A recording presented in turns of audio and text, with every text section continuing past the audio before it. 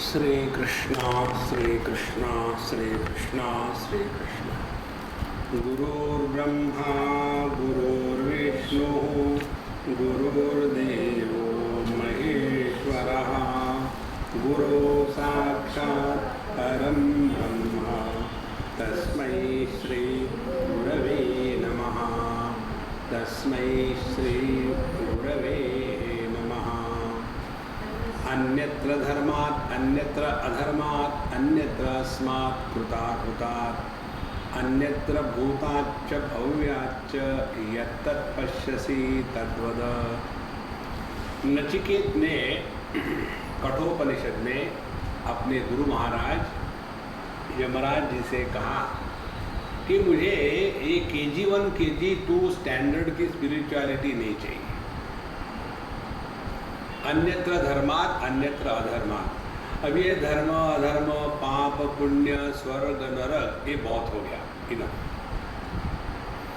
दूसरी बात कहते हैं अन्यत्र अस्मात् कृता कृता। ये जो कार्य कारण मीमांसा है इससे मुझे कुछ लेना नहीं। अन्यत्र भूताच्च भव्याच्च। और ये मत बताना कि पहले तुम ऐसे थे इसलिए ऐसे हुए, फिर अगले जाकर के ऐसा होगा। मुझे ये भूत भविष्य से कोई लेना देना नहीं है। मैं तो नकदी माल चाहता हूँ अभी और यहाँ, ये मुझे बताओ। तो ऐसा जो विद्यार्थी है उसको तत्व उपदेश होता है।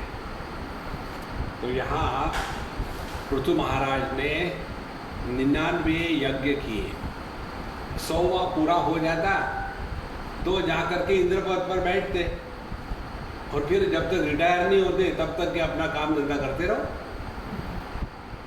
यमराज स्पष्ट कहते हैं कि जब मैं तुम्हारे जैसा था नचिकेत, मुझे इस यम पद के प्रति इतना आकर्षण था कि मैंने पूरी साधना अपने इस याम्य पद को प्राप्त करने के लिए लगाई और अब मैं परेशान हो रहा हूँ। लोगों को मार मार के अब जा भी नहीं सकता। लेकिन तुम एक निकले कि तुमको मैंने दुनिया का सब सुख दिया, फिर भी सबको तुम्हें दुत्कारा और केवल तत्व के सिवा तुमको और कुछ भी नहीं चाहिए। तुम्हारे जैसा शिष्य हमारे जीवन में आए, यही साधु संतों की अपेक्षा होती है। साधु संतों की इच्छा क्या होती है? दुनिया के ईंट पत्थर मिले, मकान आश्रम मिले नहीं। उनके एक ही इच्छा होती है कि यदि कोई लायक पात्र मिले तो उनको यह ज्ञान प्रदान करे, तो ये ज्ञान की परंपरा चलती रहेगी। तो यह जो 100वां अश्वमेघ यज्ञ पूरा नहीं हो सका पृथु जी के द्वारा, तो इसमें भगवान का अनुग्रह था। देखो कल हमने देखा जो कार्य विधाता हमारे माध्यम से नहीं करवाना चाहते उसमें हम यदि लग जाए तो दुनिया भर के वो रोड़े लाएंगे ताकि हम वो पूरा न कर सके। तो उनका यह कार्य पूरा नहीं हुआ, लेकिन भगवान का अवतरण वहाँ हो गया। और फिर भगवान ने कहा कि देखो ये इंद्र ने तुम्हारे यज्ञ में विघ्न डाला है, तो अब वो पछता रहा है, अब तुमसे माफ़ी मांगता है, माफ़ी कर दो। और कहते हैं कि तुम्हारे जैसे जो श्रेष्ठ सद्बुद्धि संपन्न होते हैं वो किसी से द्रोह नहीं करते। और यदि तुमने, कहते हैं पुरुषा यदि मुह्यंती त्वादृशा देव मायया श्रम एव परम जाता दीर्घया वृद्ध सेवया। तो तुमने अनेक सालों तक साधना करी है, सत्संग किया है। वृद्धों की सेवा माने सत्संग करना। तुमने ज्ञान वृद्ध जो साधु संत है उनकी इतने सालों तक सेवा करी है, श्रवण किया है, लेकिन फिर भी यदि तुम मेरे माया के चक्कर में फंसे रहते हो तो तुमने जो कुछ किया है वो केवल श्रम मात्र था, वो सत्संग नहीं था। सत्संगत्वे निस्संगत्वम, निस्संगत्वे निर्मोहत्वम, निर्मोहत्वे निश्चरतत्वम, निश्चरतत्वे जीवन मुक्ति। भज गोविंदम भज गोविंदम। तो यदि तुमने सत्संग किया है तो तुम्हारे हृदय में जगत के प्रति आकर्षण अपने आप समाप्त होना चाहिए, और यदि ऐसा नहीं हुआ तो तुमने केवल श्रम ही किया था। और इसीलिए अतः कायमिमं विद्वान अविद्या काम कर्म भी आरब्ध इति नैवास्मिन् प्रतिबुद्धो अनुषज्यते। तो जो हमारा देह है, ज्ञानी पुरुष को ये स्पष्ट ज्ञान है कि देह अविद्या काम कर्म का एक पुतला है, क्योंकि देह को तो हमने पैदा नहीं किया, ना तो देह हमारी बात मानता है।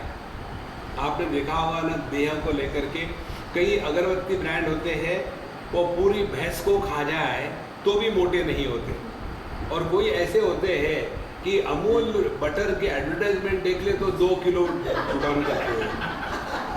अब मानता थोड़ी है देह हमारी बात। तो जो देह ना तो हमने पैदा किया है, ना तो हमारी बात मानता है, उसको हमने मैं मान के रखा, यही अविद्या है। और इसी के कारण कामना अंतःकरण में निर्माण होती है, और कामना की अभिव्यक्ति कर्म के रूप में है।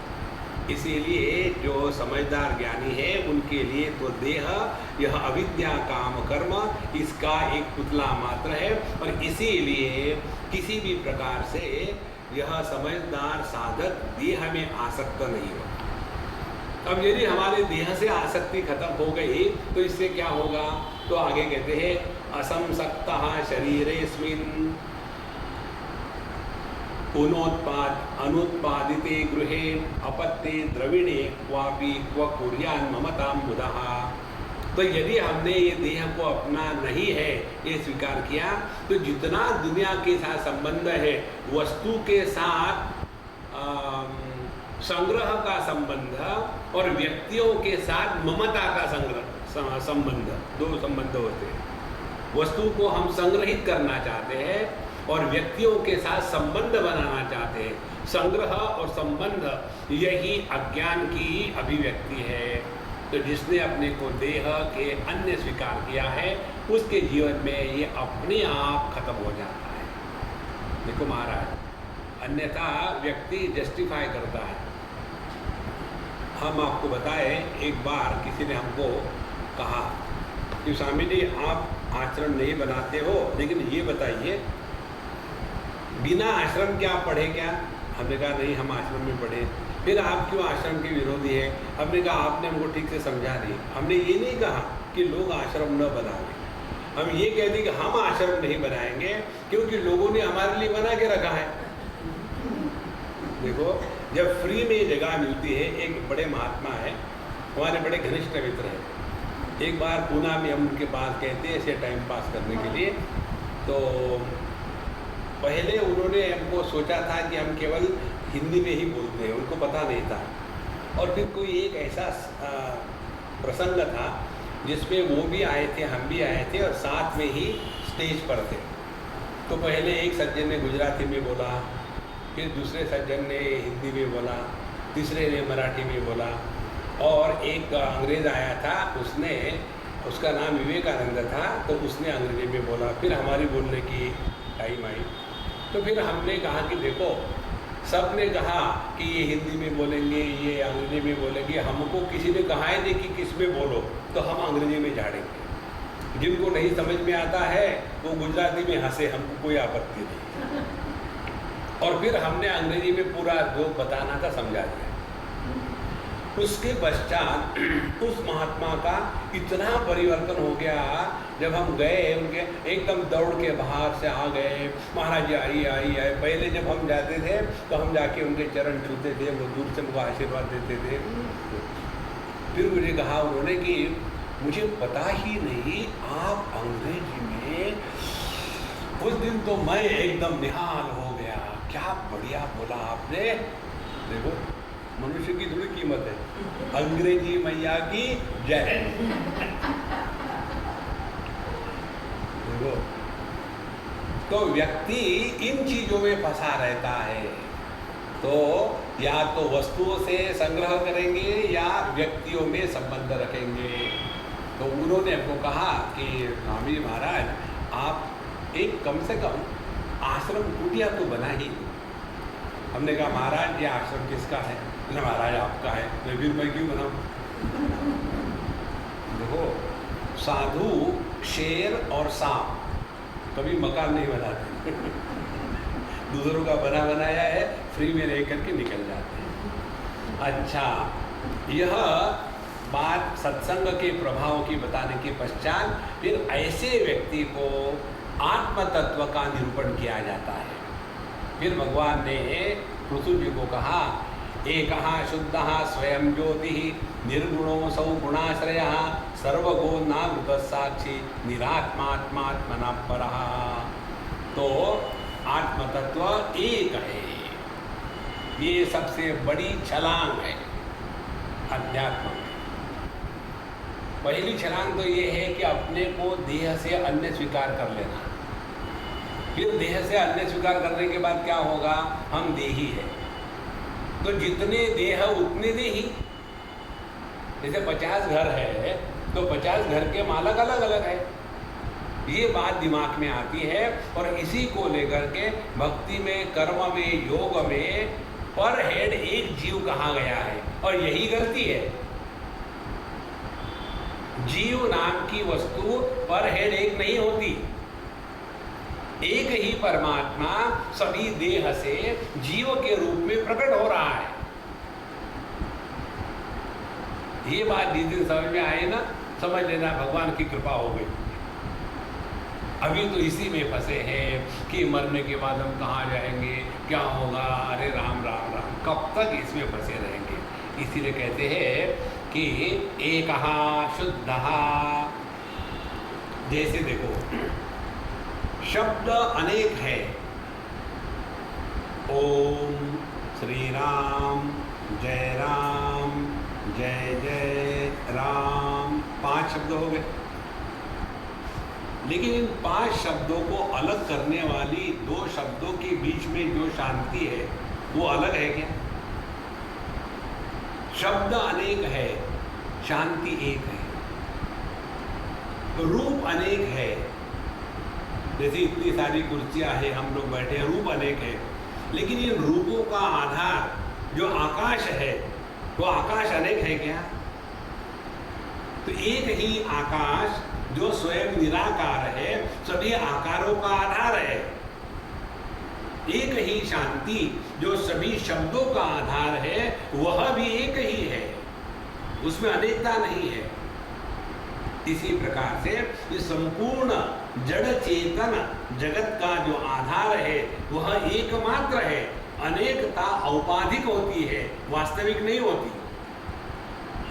देखो, आदमी एक है, एक उपाधि अपने पिता की, तो आदमी बन गया पुत्र। दूसरी उपाधि अपने पत्नी की, फिर वही आदमी बन गया पति। तीसरी उपाधि अपने पुत्र की, तो वही आदमी बन गया पिता। तो आदमी तो एक ही है, उपाधियों के कारण उसको अनेक कहते हैं। इसी प्रकार से नाम रूप की उपाधि चढ़ा दी तो जगत बन गया, पंचकोशों की उपाधि चढ़ा दी तो जीव बन गया, परोक्षता की, जगत का निर्माता, सर्वज्ञ, सर्वशक्तिमान, सर्वव्यापी, ये उपाधि चढ़ा दी तो ईश्वर बन गया। ये तीनों उपाधियां हटा दो तो परमात्मा एकमेवा द्वितीय नेह नानास्ति किंचन। देखो संतो, इस तत्व में जब तक के निष्ठा नहीं होगी तब तक के हमारी साधना यही होगी कि हमने इतना जप किया, अब हमको स्वर्ग जाना है। स्वर्ग में जाके करोगे क्या? वहाँ भी झोपड़पट्टी है। देखो, इसीलिए भगवान उपदेश कर रहे पृथ्वी जी को, एकः आत्मा और शुद्धः, और ये शुद्ध है। अशुद्धि किसको कहते हैं? जैसे हमारे दाढ़ी में समझो खाते समय कोई पापड़ या चावल का दाना लग गया। एक बार हुआ था, तो एक छोटी सी लड़की थी हमारे साथ, बोले स्वामी जी एक्सक्यूज मी, आपके यहाँ कुछ कचरा पड़ा है दाढ़ी में। हमें कहा धीरे से उठाना, बाल खींचना मत, विग नहीं है। तो उसने निकाला, दिखाओ क्या है? चावल है। हमने कहा ये कचरा है क्या? ये तो चावल है। नहीं तो मुझे ऐसे ही कहना पड़ेगा कि मैं प्लेट में से कचरा खा रहा हूँ। बोले हमको नहीं समझ में आ रहा, जो ऐसा था ऐसा था। और फिर उसी प्लेट में बाल निकला खाते समय, तो उसके माँ का होगा शायद। तो हमने कहा देखो इसमें कचरा निकला, तो मम्मी का होगा, मम्मी हमेशा ऐसी करती है। हमने कहा तो मम्मी के सर पर कचरा है क्या ये? तो कचरा किसको कहते हैं? दाढ़ी में दाढ़ी के सिवा अन्य कुछ भी हो तो अशुद्धि है। प्लेट में चावल के सिवा अन्य कुछ भी हो तो अशुद्धि है। इसी प्रकार से एकमेवा द्वितीय परमात्मा तत्व में द्वैत ही अशुद्धि है। देखो, तो जब तक के द्वैत की दुर्गंध रहेगी तब तक के पाप पुण्य धर्म अधर्म स्वर्ग नरक और कर्तृत्वाभिमान भोक्तृत्वाभिमान ये सिनेमा खत्म नहीं होगा। एकः शुद्धः स्वयं ज्योति ही, एक एक शब्द जो है ना ध्यान करने का शब्द है। स्वयं ज्योति ही, जो स्वयं प्रकाशित है। जैसे ये पुस्तक पे हमको पढ़ना है तो क्या क्या चीज़ों की आवश्यकता है? पुस्तक पर ये बल्ब का लाइट आना चाहिए, उसके बाद हमारी आंखें खुली होनी चाहिए, आंखों के पीछे मन होना चाहिए, आंखों ने पुस्तकों को देखना चाहिए, तब जाकर के हम पुस्तक पढ़ पाएंगे। यदि हमको बल्ब को देखना है तो पुस्तक की आवश्यकता है क्या? पुस्तक की आवश्यकता नहीं, क्यों? बल्ब स्वयं प्रकाशित है। इसी प्रकार से मैं हूँ ये निश्चय करने के लिए हमको ना तो किसी अन्य की आवश्यकता है, ना तो इंद्रियों का व्यापार है, ना तो हमारे मन का व्यापार है, ना तो बुद्धि का व्यापार है। अपनी जो सत्ता है यह निरपेक्ष है, प्रमाण निरपेक्ष है, इसीलिए स्वयं ज्योति ही। इसीलिए ध्यान करते नहीं, ध्यान देते हैं। आप जितना ध्यान दो इस तत्व की तरफ, आप देखेंगे जीवन में साधना नाम की वस्तु करनी नहीं पड़ती, होती है। तो एक शुद्ध स्वयं ज्योति ही निर्गुणः। पृथ्वी में 5 गुण हैं, शब्द स्पर्श रूप रस गंध। पानी में 4 है, शब्द स्पर्श रूप रस गंध नहीं है, कलकत्ते का पानी छोड़ दो। उसके बाद अग्नि में 3 गुण है, शब्द स्पर्श रूप रस और गंध अग्नि में नहीं होता। अग्नि की कोई टेस्ट नहीं है, अग्नि की कोई गंध नहीं है। वायु में शब्द स्पर्श 2 ही गुण है, उसमें रूप रंग इत्यादि नहीं है। आकाश में 1 ही गुण है, शब्द मात्र। इस आकाश को प्रकाशित करने वाला जो मन है, मन में शब्द स्पर्श रूप रस गंध 1 भी गुण नहीं है। और यह जो मन है, जिस चैतन्य की अभिव्यक्ति है, उसमें तो गुण होने की संभावना भी नहीं है। यह जो निर्गुण तत्व है वही अपना स्वरूप है। इसीलिए अनेकता से हट करके एक के प्रति जो मार्गक्रमण है उसको कहते हैं आध्यात्मिक साधना।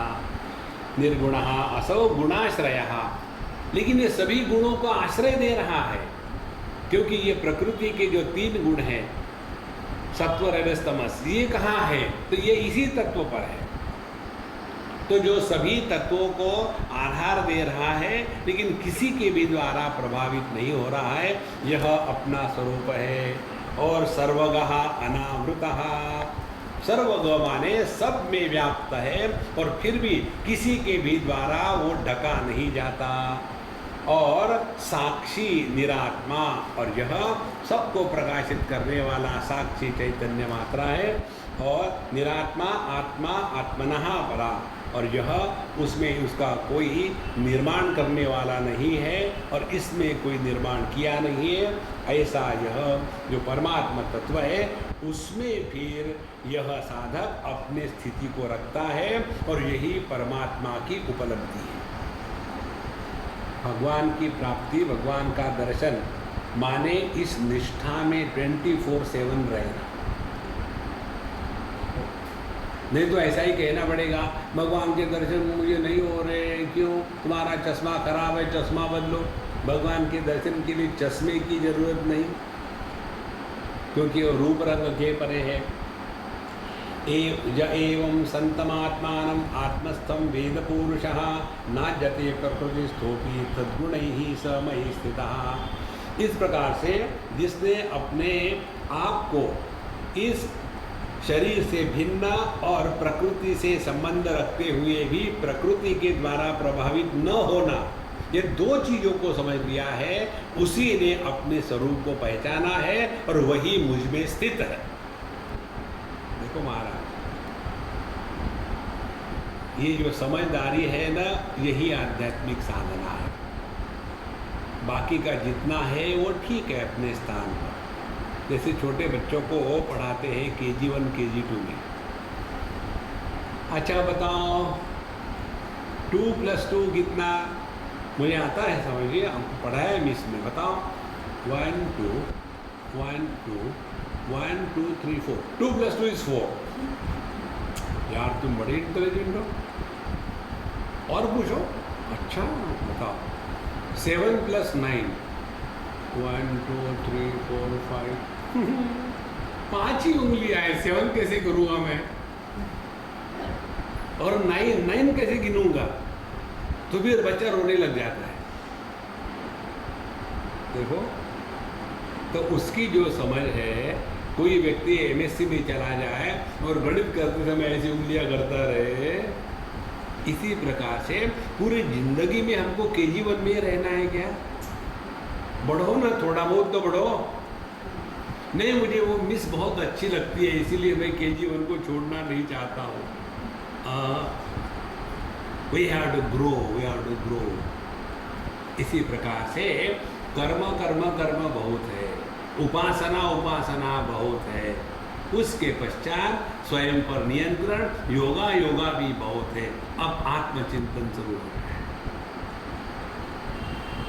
और जब तक कि ये आत्मचिंतन की अग्नि प्रज्वलित नहीं होती, तब तक के हम अपने आप को धोखा दे रहे हैं कि हम बड़े आध्यात्मिक हैं।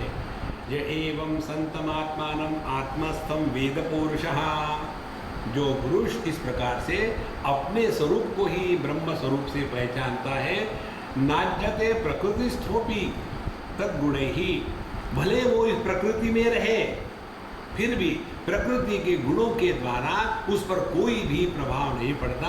और ऐसा क्योंकि सहा मयि स्थितः, क्योंकि वो मुझ में स्थित है। अब इसको ऐसे उदाहरण से समझ लो, आकाश में कितनी उथल पुथल होती है, सुनामी आती है, कैटरीना आती है, आग लगती है, सब चीज़ें होती है, लेकिन आकाश पर उसका कोई प्रभाव नहीं। ध्यान से सुनना, कितने अच्छे बुरे सपने आके गए, मन पर उसका कोई प्रभाव नहीं। कितने जागृत स्वप्न सुषुप्ति समाधि के अनुभव आते गए, लेकिन चेतन सत्ता पर उसका कोई प्रभाव नहीं। यह जो सबका आधार, लेकिन किसी के भी द्वारा प्रभावित न होने वाला जो तत्व है, वह अपना स्वरूप है। भगवान ने पृथु जी को ये उपदेश किया। यहाँ स्वधर्मेण माम नित्यम निराशी श्रद्धयान्विता भजते शनैकस्तस्य मनोराजन प्रसीदति। तो हमको करना क्या है, जो जो अपने कर्तव्य कर्म है उनको बढ़िया से बढ़िया योग्य प्रकार से, किसी से कोई अपेक्षा न रख करके, किसी से कोई अपेक्षा नहीं रखने का तात्पर्य क्या है? तात्पर्य ये है कि जो भी कुछ हम कर रहे हैं उसकी आवश्यकता हमको है, दुनिया को नहीं है। इस एक सिद्धांत ने हमको इस आध्यात्मिक के मार्ग पर रखा है। जैसे हम आते हैं, कहीं कहीं जाते हैं, कोई जरूरी नहीं कि 1000 लोग सामने हो। एक सज्जन ने मुझे कहा था, स्वामी जी मैंने आपको कई जगह देखा है कि चाहे आपके सामने 5000 लोग हो, चाहे मुट्ठी भर लोग हो, आपको कोई फर्क ही नहीं पड़ता। ये कैसे संभव है? हमने कहा हमारा एकदम क्लियर अंडरस्टैंडिंग है, हमारे प्रवचनों की किसी को आवश्यकता नहीं है, आवश्यकता हमारी है। जब हमारी आवश्यकता होगी तो हमारा अन्य पर क्या अधिकार है? इसी प्रकार से हम जिसकी भी जो भी सेवा करते हैं उसमें सेवा करना ये हमारी आवश्यकता है। देखो, हम सुबह उठ करके भगवान की पूजा करते हैं, लड्डू गोपाल रखे हैं, राधा कृष्ण रखे हैं और शिव जी रखे हैं, उनको जरूरत थोड़ी है, मन डालो उन पर पानी, क्या फर्क पड़ता है उनको, ये तो आवश्यकता अपनी है। इसीलिए कर्म के, धर्म के मार्ग में पहला परिवर्तन ये आना है कि जो भी कुछ हम कर रहे हैं उसकी आवश्यकता हमको है। जो हम बच्चों को बड़ा करते हैं छोटे उम्र से, एक दिन से, उसको बच्चों को कोई आवश्यकता नहीं है। जिन बच्चों को माँ बाप नहीं होते, क्या वो बड़े नहीं होते? तो ये अपनी आवश्यकता है। जब जिस दिन ये बात समझ में आ जाती है ना कि अपनी आवश्यकता है, तब कर्म का परिवर्तन सेवा में हो जाता है। और जब हम किसी की सेवा करते हैं कि आवश्यकता अपनी है, तो फिर उस सेवा में व्यक्ति के अंतःकरण में अभिमान निर्माण नहीं हो सकता, क्योंकि आवश्यकता अपनी है, अपने आप नम्रता आ जाती है। आपने देखा होगा कई बार ये इमिग्रेशन के काउंटर पर जब आदमी क्रॉस करता है ना, उस समय देखो उसका परफॉर्मेंस बेस्ट होता है, हेलो, क्योंकि आवश्यकता अपनी है। उसने कहा कि वापस जा तो गए। इसी प्रकार से इस दुनिया में रहते समय जो भी अपने कर्म है उसकी आवश्यकता दुनिया को नहीं है, अपने आप जीवन में नम्रता आ जाती है। नित्यम विनाशी श्रद्धयान्विता, और जो भी कर्म कर रही इसमें ऐसी श्रद्धा हुई कि इसी के द्वारा हम अपने अंतःकरण को शुद्ध करते हैं। तो भजते शनैकस्तस्य मनोराजन प्रसीदति, इस सब का परिणाम क्या होगा? तस्य मनः प्रसीदति, उसका मन हमेशा प्रसन्न रहता है। देखो महाराज, बम्बई में रात के समय हम लोगों के यहाँ खाने को जाते हैं, शाम का सत्संग हो गया उसके बाद जाते हैं। दिन के समय पहले हम जाते थे, आजकल नहीं जाते। तो जिनको हमको दिन को खाना देना होता है वो खाना ले आते हैं। कभी कोई अंधेरे से आया, कभी कोई कहाँ से आया। तो एक बार एक अम्मा हमको अंधेरी से, वर्सोवा से, अंधेरे भी उससे भी आगे वर्सोवा से खाना लेके आई। वहाँ गाड़ी चलाना तो सबसे बड़ी पनिशमेंट है। तो वो बस में बैठ के आई और 1-1.5 घंटा लगा, पूरा टिफिन लेकर के आई। गर्मी, परेशानी, भीड़। हमने कहा अम्मा जरा मुँह भी धो लो, तौलिए से हाथ पैर पूछ लो, शांत बैठो, मैं एसी लगा देता हूँ, फिर खाएंगे 5 मिनट। तो फिर होने के पश्चात मैंने कहा अम्मा तुमको क्या मिलता है? इतने दूर से खाना बनाने में 1.5-2 घंटा लगे तुम, फिर वहाँ से आने में 1-1.5 घंटा लगा, और मैं 5 मिनट में खाना खा लूँगा, और फिर तुमको जाने में 1.5 घंटा 2 घंटा लगेंगे गर्मी में। क्या तुमको मिलता है? क्यों परेशान हो? स्वामी जी आपको कभी समझ में नहीं आएगा ये। मैंने इसीलिए पूछ रहा हूँ, समझाओ। बोले स्वामी जी जिसके प्रति प्रेम होता है ना, इसके लिए कुछ भी करो तो थकावट नहीं आती। यहाँ से कर्म से भक्ति में कन्वर्जन हो गया। देखो ये अपने दिन के एवरीडे एग्जाम्पल्स। हम यदि ये कहें कि हम अपने जीवन को कि भगवान के भगत बन करके चला रहे हैं, और ये मन में आया अब तो मैं थक गया हूँ, अब तो मैं परेशान हो गया हूँ, अब मैं कुछ नहीं करूँगा, तो भक्ति प्रकट हुई ही नहीं। थकावट हमेशा आती है मिस्टर समबडी को, और भगवान का भगत होता है मिस्टर नोबडी। देखो इसीलिए अंग्रेजी में कहते हैं ना, nobody is happy. Very true. Mr. Nobody alone is happy. Somebody is always miserable. इसीलिए श्रद्धयान्विता भजते शनैकस्तस्य मनोराजन प्रसीदति, उसका प्रभाव ये है उसका मन प्रसन्न रहता है। आगे कहते हैं परित्यक्त गुण सम्यक दर्शनो विशदाशयः शांति में समवस्थानम ब्रह्म कैवल्यम अश्नुते। कहते हैं ऐसे कर्म करने से जब अंतःकरण चित्त शुद्ध हो जाता है, तो उसके पश्चात इसके अंतःकरण में जगत के वस्तु व्यक्तियों के प्रति आकर्षण अपने आप खत्म हो जाता है। शुद्ध अंतःकरण का अर्थ ही ये है जिस अंतःकरण में वस्तु व्यक्तियों के प्रति आकर्षण नहीं है वही अंतःकरण शुद्ध है। और फिर कहते हैं आगे, शांति में समवस्थानम ब्रह्म कैवल्यम अश्नुते। उसका नेट रिजल्ट क्या है? उसके मन में समत्व की सिद्धि हो जाती है। जिसका मन हमेशा समत्व में स्थित है वही परमात्मा में बैठा है। ब्रह्म कैवल्यम अश्नुते। देखो, इसीलिए हमने आपको कई बार बताया है, इस एक चीज को पकड़ लो। जितनी साधना है अपने जीवन की, उस साधना का तात्पर्य मन के समत्व को विचलित नहीं होने देना। मन की समता टिकी रहे किसी भी हालत से। हमारी स्थिति क्या है? थोड़ा कुछ अच्छा हो गया तो खुदकने लगे आकाश में, थोड़ा कोई गड़बड़ी हो गई तो जमीन में गाड़े गए। किसने अच्छा कहा, हाँ, किसने बुरा कहा, कंटिन्यूअसली बस यही चल रहा है। हमारा जीवन छुई मुई हो गया। छुई मुई मालूम है? उसका हाथ लगा, अरे राम राम राम। इसलिए यहाँ ये बहुत सिद्धांत महत्व का है। शांति में समवस्थानम ब्रह्म कैवल्यम अश्नुते। तो जो व्यक्ति इस समता रूप स्थिति को प्राप्त हो जाता है उसी ने ब्रह्म कैवल्य की प्राप्ति कर ली है। ब्रह्म माने बृहत्वात् ब्रह्म, जिससे बढ़कर के और कुछ नहीं है। कैवल्य माने जिसमें जीव जगत ईश्वर ये तीनों भेद समाप्त हो गए हैं। भेद रहित अनुभूति को ब्रह्मानुभूति कहते हैं।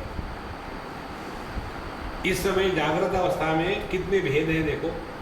मेरा देह आपके से भिन्न है, मेरी उम्र आपसे भिन्न है, मेरी उपलब्धि आपसे भिन्न है, मेरी भाषा आपसे भिन्न है। कितने भेद ही भेद है। गहरे नींद में चले जाओ, अन्य की प्रतीति ही नहीं, इसीलिए कोई भेद ही नहीं, इसीलिए केवल आनंद की अनुभूति होती है। भेद रहित अनुभूति को कहते हैं ब्रह्मानंद। जिस आनंद में भेद है, भोक्ता भोग्य भेद हो गया, ज्ञाता ज्ञेय भेद हो गया, कर्ता कर्म भेद हो गया। इसीलिए इस समत्व में निष्ठावान रहना यही साधना है। और ये समत्व में निष्ठावान करने के लिए क्या करना है? पहले अपने दिमाग से कार्य कारण का कूड़ा निकाल देना है। ये ऐसा क्यों है या ऐसा ही है, कोई मतलब नहीं किसी कोई कार्य कारण करने। और दूसरी महत्व की बात, हमको इस जगत में ध्यान देना है अपने मन के शांति पर, ना कि दुनिया पर। ये दो बातें हुई तो समझ लेना हम योग्य मार्ग पर चल रहे हैं। उदासीन इवाध्यक्षम द्रव्य ज्ञान क्रियात्मनाम कूटस्थमिमात्मानम यो वेदोपनोति शोभनम। तो जो पुरुष इस प्रकार से शरीर ज्ञान क्रिया मन का साक्षी होने से आत्मा कूटस्थ चैतन्य किसी के द्वारा प्रभावित नहीं होता, ऐसे जो अपने आप को पहचानता है उसी ने मुझे ठीक से पहचाना है। माने क्या हो गई स्थिति? परमात्मा की अनुभूति केवल आत्म रूप से होवे तब वो सत्य है। अनात्म रूप से होवे कि मुझे भगवान के दर्शन हो गए और बाद में फिर वो चले गए, फिर मैं पछता रहा, ये उसका अर्थ गलत। देखो, ध्रुव जी को पिछले बार हमने देखा था, भगवान के दर्शन हो गए, बाद में क्या उनके जीवन में खास बात रही? वही झगड़ा, उनके सौतेले भाई को किसी ने मार दिया तो उनको मारने पर तुल पड़े। और फिर जब मनु महाराज आकर उनको समझाते हैं कि तुमको भगवान के दर्शन हो चुके थे और भगवान के दर्शन होने के बाद भी तुम्हें कुछ परिवर्तन नहीं, फिर उनको दिमाग खुला और फिर उन्होंने उनको मारना बंद कर दिया।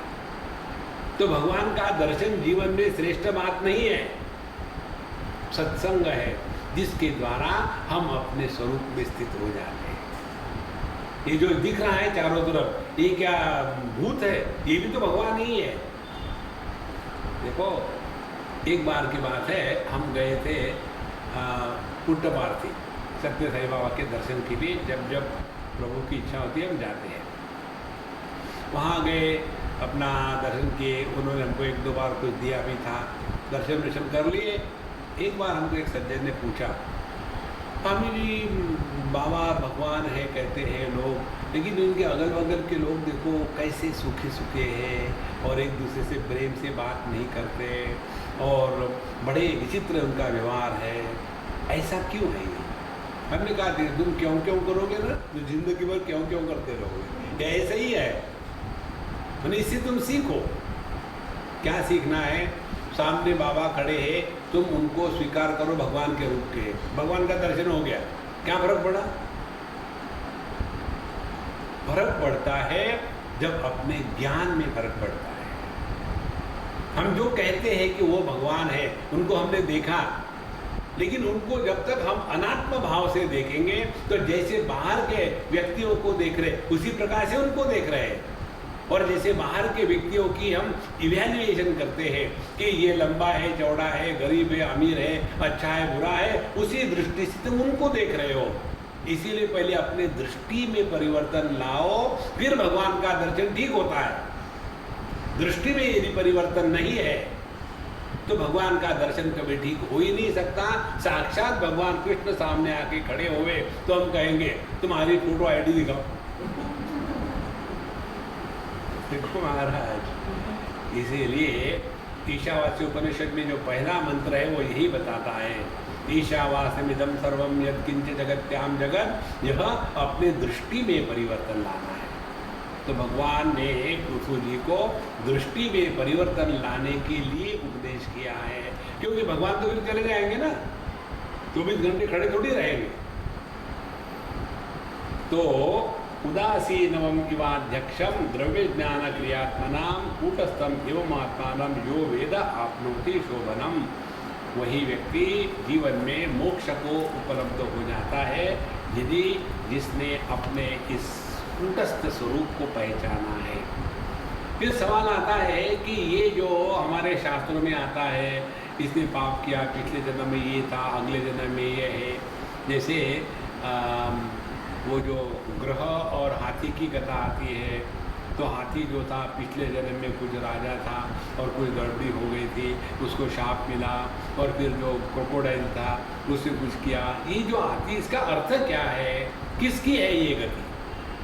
कहते हैं भिन्नस्य लिंगस्य गुण प्रवाहो द्रव्य क्रियाकारक चेतनात्मनः दृष्टासु संपत्सु विपुत्सु सूर्यो न विक्रियन्ते मयि बद्ध सौहृदाः। कहते हैं यह जो जाने आने वाले हैं ना, पाप पुण्य करके एक गति से दूसरे गति में जाने वाले, यह ना तो देह होता है ना तो परमात्मा होता है। ये सब किसका है? तो कहते हैं लिंगस्य, ये जो लिंग देह है जिसको जीव कहते हैं, यही द्रव्य क्रिया कारक चेतनात्मनः, तो जिसने देह के साथ तादात्म्य कर लिया है और इंद्रियों को मैं मानने लगाया है, पंचभूतों में आत्माभिमान हो गया है और उसमें चिदाभास पड़ा है, तो चिदाभास युक्त प्रकृति के जो समष्टि है उसको कहते हैं जीव। इस जीव का आना जाना होता है। देखो महाराज, इसीलिए साधना की 3 स्टेप स्पष्ट समझ लेना। पहली स्टेप देहात्म भाव से मुक्ति, दूसरी स्टेप यदि हम देह से अन्य हैं तो हम कौन है? जीव है। और तीसरी स्टेप जीव का डिसेक्शन करो तो जीव गायब हो जाएगा, केवल परमात्मा मात्र बचा रहता है। लेकिन जो जीव का डिसेक्शन करने के अधिकारी नहीं है उनके लिए ये बताते हैं। कहते हैं कि दृष्टासु संपत्सु विपत्सु सूर्यो न विक्रियन्ते मयि बद्ध सौहृदाः। लेकिन जिसने अपने इस साक्षी चैतन्य कूटस्थ आत्म तत्व को आत्म रूप से पहचान लिया है और जिनका अनुराग मुझ में इस निर्गुण निराकार तत्व में है, वो इस जीव के आवागमन में अपने बुद्धि को खराब नहीं करते। देखो कितने हम धर्म धर्म करने वाले हैं, लेकिन सबका चक्कर आखिर में यही हो जाता है, पाप हुआ पुण्य हुआ, पाप हुआ पुण्य हुआ। पाप पुण्य करने वाला जो कर्तृत्वाभिमानी है, इसकी कोई स्थिति नहीं, यह कल्पना मात्र है। देखो 5वें अध्याय में भगवान श्री कृष्ण कहते हैं, न कर्तृत्वम न कर्माणि लोकस्य सृजति प्रभु। भगवान ने कर्तृत्वाभिमान निर्माण नहीं किया है, इसीलिए जीव भी भगवान ने निर्माण नहीं किया है, क्योंकि जीव में ही होता है कर्तृत्वाभिमान। कर्तृत्वाभिमान नहीं है तो कर्म भी नहीं हो सकते। एकादशी के दिन चावल खाया तो पाप लग गया वैष्णव को, लेकिन खाने के बाद कॉन्स्टिपेशन हुआ तो पाप, डिसेंट्री हुई तो पुण्य। तो खाने में तो कर्तृत्वाभिमान है ना, कि मैंने खाया, लेकिन मैंने खाना पचाया या नहीं पचाया, ये अभिमान किसी को नहीं होता। इसीलिए पाप पुण्य की निर्मिति तब होती है जब क्रिया के साथ कर्तृत्वाभिमान जुड़ जाता है तब। तो कहते हैं कि जिन्होंने सर्वसाक्षी आत्मा से अपने आप को जोड़ लिया है, उसको पता चलता है कि यह जाने आने का चक्कर अपना नहीं है। अब इसको एक छोटे से उदाहरण से समझ लो। कल जैसे हमने एक्सपेरिमेंट किया था, जब जब हम दुखी होते हैं ना, तब उस समय थोड़ा क्षण रुक करके देखो किसको दुख हो रहा है। आदमी को दुख नहीं होता, पति को होता है, बाप को होता है, पुत्र को होता है, ससुर को होता है, जवाई को होता है, दादा को होता है, बिजनेसमैन को होता है, ड्राइवर को होता है। ये सब औपचारिक है। तो इसको ऐसे समझो, आदमी हो गया परब्रह्म परमात्मा, पति हो गया जीव। इन दोनों में सत्य क्या है? पति केवल औपाधिक अभिव्यक्ति है, और दुखी होने वाला यह पति है, आदमी नहीं दुखी होता। इसी प्रकार से परमात्मा की पंचकोशों के माध्यम से जो अभिव्यक्ति है, उसको जीव कहते हैं। इसमें सुख दुख लगा हुआ है, इसमें पाप पुण्य लगा हुआ है। देखो, एक बार इंग्लैंड की बात है, एक अम्मा आती थी लेक्चर के लिए, और उसने कहा कि स्वामी जी, आप मेरे लाइफ में 15-20 साल पहले आ जाते तो मैं टोटली डिफरेंट होती। हमने कहा क्या फिर तुम मेरे से शादी करती उस समय? बोले नहीं, मैं 3 बार डाइवोर्स नहीं लेती। उसके 3 डाइवोर्स हो चुके। हमने कहा अच्छा, जो हो गया हो गया, अब मुझे कुछ सीखना है तुमसे। मुझे बताओ, तुम जब पहले एक आदमी की पत्नी थी तो पत्नी थी, डाइवोर्स हो गया तो वो पत्नी कहाँ चली गई? फिर तुमने दूसरी बार शादी करी तो फिर पत्नी पैदा हुई, तो पहली पत्नी और दूसरी पत्नी, इनका क्या रिश्ता था? फिर तुमने दूसरा डाइवोर्स ले लिया, फिर तीसरी पत्नी पैदा हुई, तीसरी बार शादी करी तब, तो पत्नी नंबर 3, सो P1, P2, P3, इन तीनों का क्या संबंध है? बोले मुझे नहीं समझ में आ रहा। यही स्थिति हम लोगों की है।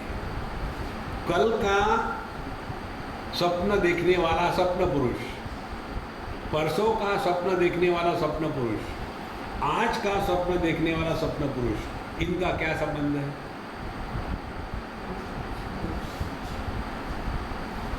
एक स्टेप और आगे जाओ। परसों का जागृत अवस्था में अनुभव करने वाला जागृत पुरुष, कल की जागृत अवस्था का अनुभव करने वाला कल का जागृत पुरुष, आज की जागृत अवस्था का अनुभव करने वाला आज का पुरुष, इन 3 जागृत पुरुषों का क्या संबंध है?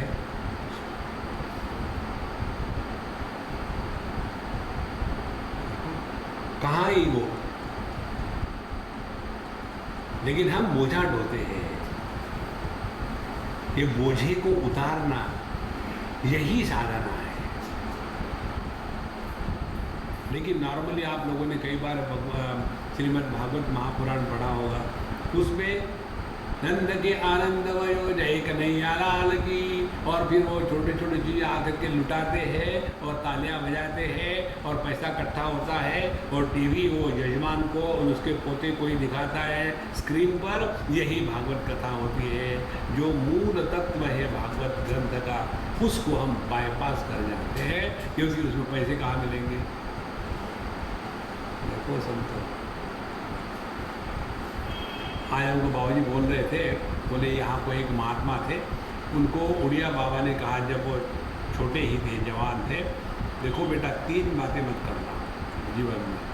एक तो आश्रम मत बनाना, दूसरा चंदा इकट्ठा मत करना, और तीसरा लड़कियों से दूर रहना। बोले गुरु महाराज ने बताया और हमने तीनों किया। देखो ज्ञान की, उपदेशक की कमी नहीं है। संसार ऐसे ही तो शुरू होता है। इसीलिए अध्यात्म का वास्तविक स्वरूप हमको वही समझा सकता है जिसको इस दुनिया में कुछ भी नहीं करना। दुनिया में कुछ भी करना है आपको, तो आप दुनिया को इस्तेमाल करोगे। ये स्पष्ट समझ लो। समझो उदाहरण के लिए, मुझे समझो कोई स्कूल चलानी है, स्कूल चलानी हो तो मैं बाबूजी के पास आऊँगा तो ब्रह्म की बात थोड़ी करूँगा, भगवान की बात थोड़ी करूँगा। प्रवचन होने के पश्चात, प्रवचन करते समय ब्रह्मा, प्रवचन होने के पश्चात चंदा। देखो संतो, शास्त्र के विचार स्पष्ट है। इसलिए यहाँ कहते हैं कि कोई एकाध दृढ़ संकल्प वाला होता है कि जो ये दुनिया और अगली दुनिया इसके चक्कर में नहीं फंसता। अपने कूटस्थ स्वरूप में जिसके निष्ठा है वही हमको अपना भला करने का मार्ग दिखाएगा, अन्यथा वो अपना भला कर लेगा अब हमारे सर के ऊपर पैर रख करके। तो इसके कारण इस सुख दुख के प्रभाव से बचकर के जो बचता है उसी ने जीव भाव को क्रॉस किया है। देखो ध्यान से सुनो, हमारे पैर को लगा तो पैर को दुख नहीं होता, दुख होता है पैर के साथ तादात्म्य करने वाले उस काल्पनिक जीव को दुख होता है, परमात्मा को भी दुख नहीं होता। माने जब जीवन में दुख के प्रसंग आए और उसके साथ तादात्म्य किया तो जीव पैदा हो गया। सुख के प्रसंग आए, सुख के साथ तादात्म्य किया, जीव पैदा हो गया। तो पैदाइश या जन्म किसको कहते हैं? परिचिन्न के साथ तादात्म्य, इसी को जीव कहते हैं, इसी को जन्म कहते हैं।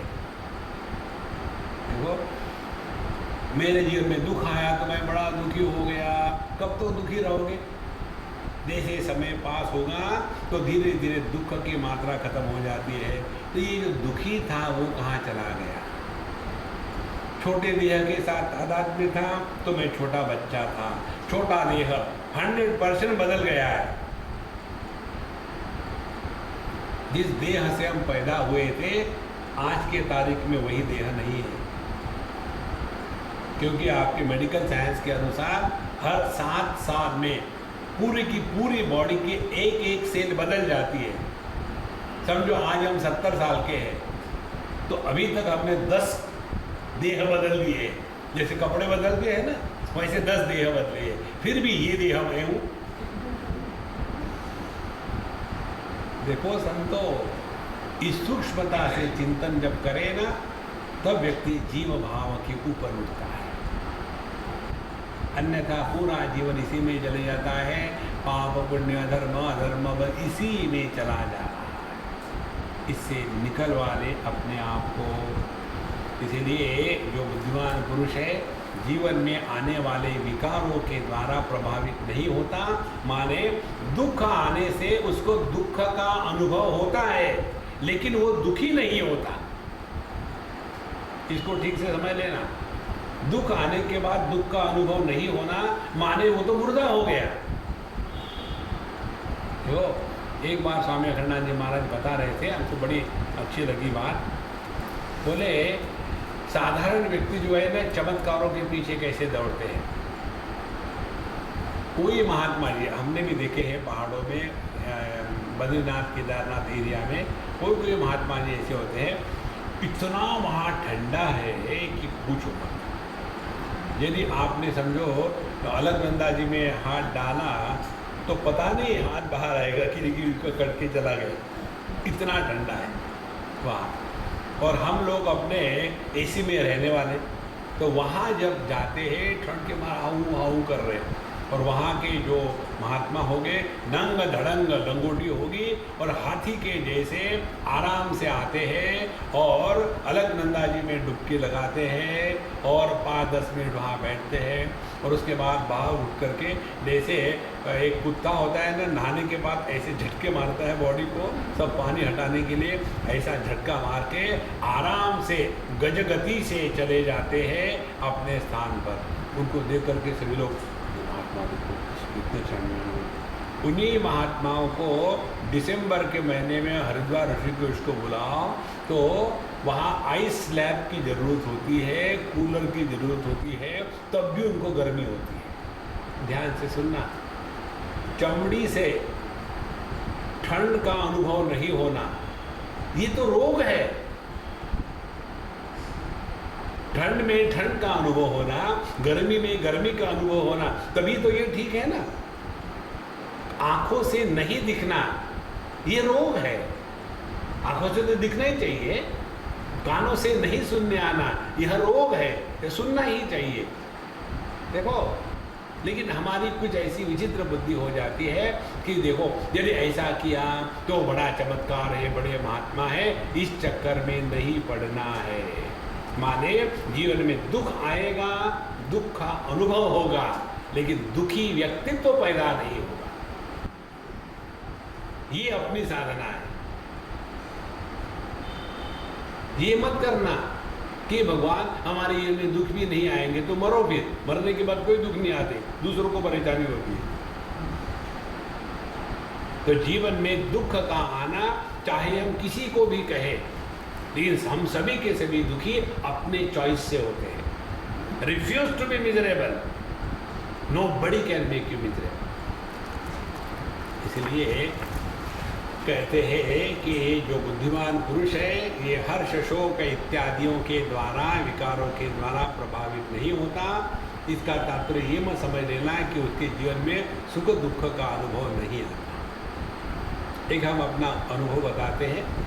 एक बार एक डॉक्टर कोई होंगे, नमस्कार करने आए लेक्चर के बाद। उन्होंने देखा हमारे बाएं या दाहिने पैर के बड़ी उंगली को, टो को ऐसा कुछ छोटा सा लाल थोड़ा सा हो गया था। क्या था पता नहीं। तो उन्होंने देखा, बोले स्वामी जी ये क्या हो रहा है, ग्रोथ हो रही है। हमने कहा 6वीं उंगली आ रही होगी।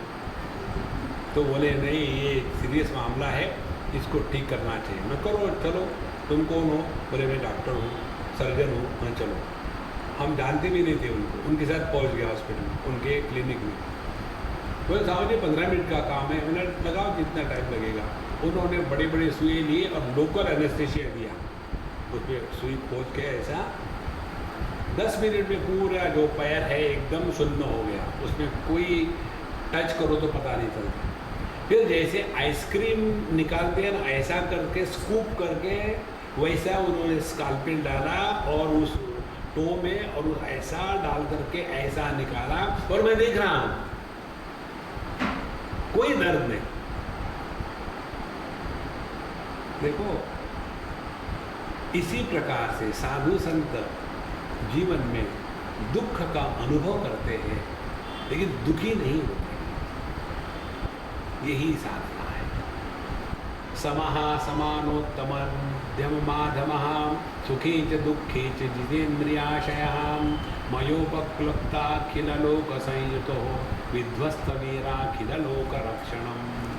अब उनको बताते हैं, उपदेश करते हैं। इसीलिए हे वीरवर, तुम उत्तम अधम मध्यम और मध्यम पुरुषों के साथ समान भाव रखना। तो दो जगह में समानता जीवन में अपेक्षित है साधना के पक्ष में। एक तो वस्तुओं के प्रति समानता भाव और दूसरी व्यक्तियों के प्रति समानता का भाव। जो व्यक्तियों में भिन्नता है वो औपाधिक है। कोई व्यक्ति बुद्धि की उपाधि से बैठा है तो वो उसको ज्ञानी कहेंगे, दूसरा यदि कर्म की उपाधि से लगा है तो उसको शक्तिशाली कहेंगे, लेकिन सब में रहने वाला तत्व तो एक ही है। इसीलिए सबके प्रति तुम समान भाव रख कर को सुख दुख और मन इंद्रियों को जीत करके अपने साथ में जो मैंने तुमको मंत्री इत्यादि दिए हैं उनको लेकर के तुम अपना राज्य कारोबार ठीक से चलते रहो। और श्रेया प्रजापालनमेव राज्ञः यत् सांपराये सुकृता षष्ठमंशम हर्तान्यथा हृतपुण्य प्रजानाम अरक्षिता करहारो अगम हत्ति। और फिर तुम दुनिया से तुम्हारे प्रजाजनों से कर लेकर के टैक्स लेकर के उसके द्वारा उनका ही भला करना, और जो व्यक्ति जो राजा केवल उनका धन हरण करता है ये उनके लिए कुछ नहीं करता, तो ऐसे व्यक्ति प्रजा के जितने पाप है वो सभी राजा को लग जाते हैं। और इसीलिए तुम इस प्रकार से चलते रहो। और आगे एवं द्विजाग्रे अनुमता अनुवृत्ता धर्म प्रधानो अन्यतमो वितास्याः ह्रस्वेन कालेन गृहोपयातान दृष्टासि सिद्धानुरक्तलोकः। इस प्रकार से तुम तुम्हारे यहाँ जितने श्रेष्ठ ब्राह्मण है, द्विज है, ज्ञानी है, उनके सम्मति के अनुसार न्यायपूर्वक अपनी प्रजा का पालन करते रहो। तो धीरे धीरे जैसे तुम लायक हो जाओगे, तुम्हारे घर में आकर के सनक सनातन इत्यादि 4 सनकादियों का दर्शन तुमको घर में होगा। जो हमारे शास्त्र कहते हैं ना, गुरु को ढूंढने के लिए भटकना नहीं पड़ता, गुरु हमारे जीवन में आते हैं यदि हम लायक हो तब। देखो ऐसा हमने सुना है, सुबह में 4 बजे के करीब, 3:30-4 बजे के करीब ब्रह्म मुहूर्त जिसको कहते हैं, सुना है हमने कि सभी सिद्ध महात्मा चारों तरफ आकाश मार्ग से अदृश्य रूप से विचरण करते रहते हैं।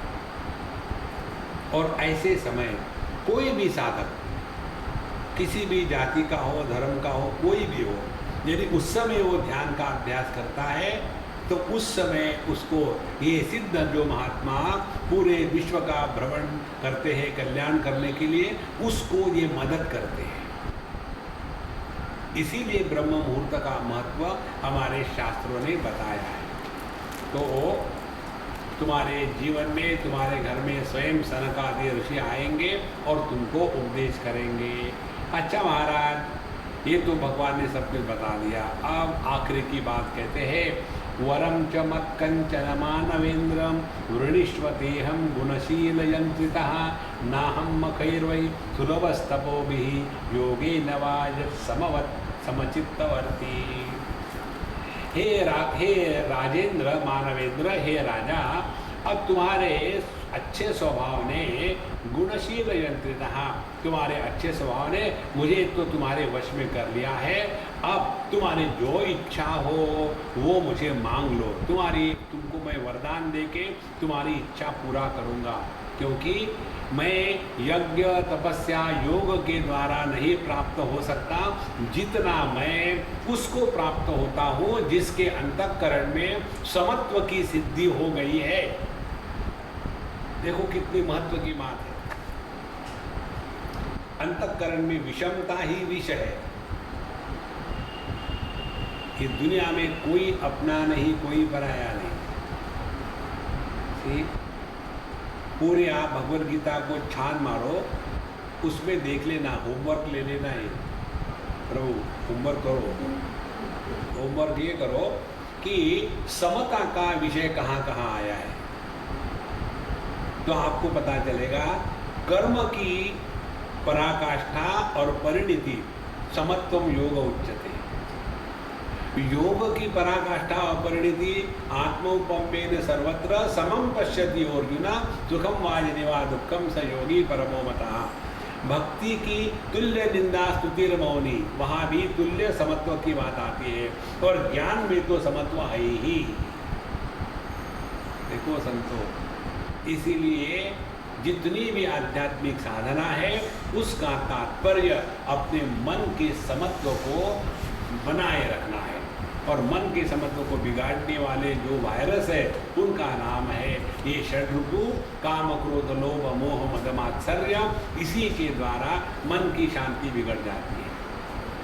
तो काम के अभाव को शांति कहते हैं, क्रोध के अभाव को शांति कहते हैं, लोभ के अभाव को शांति कहते हैं, मद के अभाव को शांति कहते हैं, मात्सर्य के अभाव को शांति कहते हैं। लेकिन शांति अभावात्मक नहीं है, ये अपना स्वरूप है।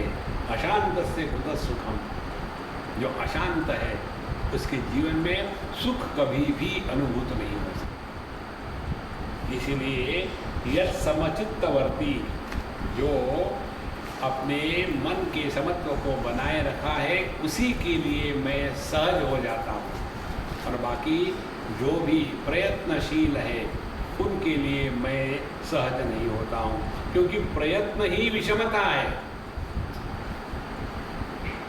जहाँ जहाँ प्रयत्न होते हैं वहाँ वहाँ रोग है, जहाँ जहाँ प्रयत्न है वहाँ वहाँ मैं है, जहाँ जहाँ प्रयत्न मय है वहाँ वहाँ पाप पुण्य है, जहाँ जहाँ समत्व नहीं मय है, पाप पुण्य है, प्रयत्न है, वही संसार है। इसीलिए जीवन में जहाँ प्रयत्न हो रहे हैं समय देना गड़बड़ी है, कुछ तो भी गड़बड़ी जरूरी है। जैसे जो ऊंचा सुनते हैं तो उनको प्रयत्न करना पड़ता है बड़ा मन लगा करके, फिर 5 मिनट में थक जाते हैं। हाँ स्वामी जी आप बहुत अच्छे बोले, क्या बोले, उसमें क्या फर्क पड़ता है। इतने जल्दी क्यों थक गए? क्योंकि प्रयत्न से सुन रहे थे। इसी प्रकार से आप लोग सब प्राणायाम करते हो, प्राणायाम समझो आपने निर्णय ले लिया 100 प्राणायाम करना है, तो पहले तो शुरू कर देते हो 1 2 3 4, फिर बाप रे अभी तो 85 हुए, अभी और 85 होने, हाँ हाँ हाँ, और 100 होने के पश्चात प्राणायाम बंद। उसके बाद कभी किसी ने ये कहा है क्या, अब मैं श्वास ले के थक गया हूँ, अब श्वास बंद करो। श्वास लेने से आदमी थकता नहीं, प्राणायाम करने से थकता है ना। कारण क्या है? प्राणायाम में मैं पैदा होता है। जहाँ मैं पैदा हुआ वहाँ प्रयत्न हुए, जहाँ प्रयत्न हुए वहाँ पाप पुण्य हुए, जहाँ पाप पुण्य हुए वहाँ विषमता हुई, जहाँ विषमता हुई वहाँ संसार शुरू हो गया। इसलिए अपने मन के समचित्तत्व को सबसे श्रेष्ठ स्थिति देना, यही असली साधना है। इसके पश्चात अब मैत्रेय जी कहते हैं, यैत्थं लोक गुरुणा विवक्ष सेनेन विश्वजित अनुशासित आदेशम शिरसा जगृहे हरे स्पृशन्तं पादयो प्रेम्णा वीडितं स्वेन कर्मणा शतक्रतुं परिष्वज्य विद्वेष विसर्जः।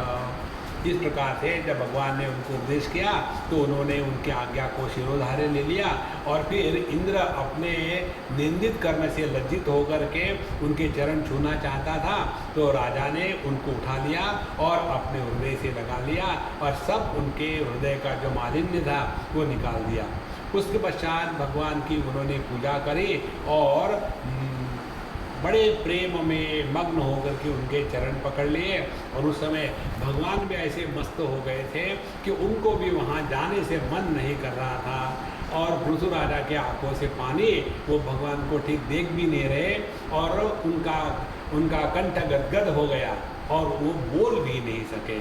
उस समय भगवान का चित्र इतना सुंदर है, जैसे भगवान के चरण तो पृथ्वी पर थे और उनका एक हाथ गरुड़ जी के कंधे पर था, और ऐसे छवि को देखते देखते उनके हृदय भर के आया। और फिर महाराज पृथु ने उनको जो कहा वो हम कल के प्रसंग में देखेंगे। ॐ पूर्णमदः पूर्णमिदं पूर्णात् पूर्णमुदच्यते पूर्णस्य पूर्णमादाय पूर्णमेवावशिष्यते। ॐ शान्ति शान्ति शान्तिः। हरिः ॐ। श्रीगुरुभ्यो नमः। हरिः ॐ।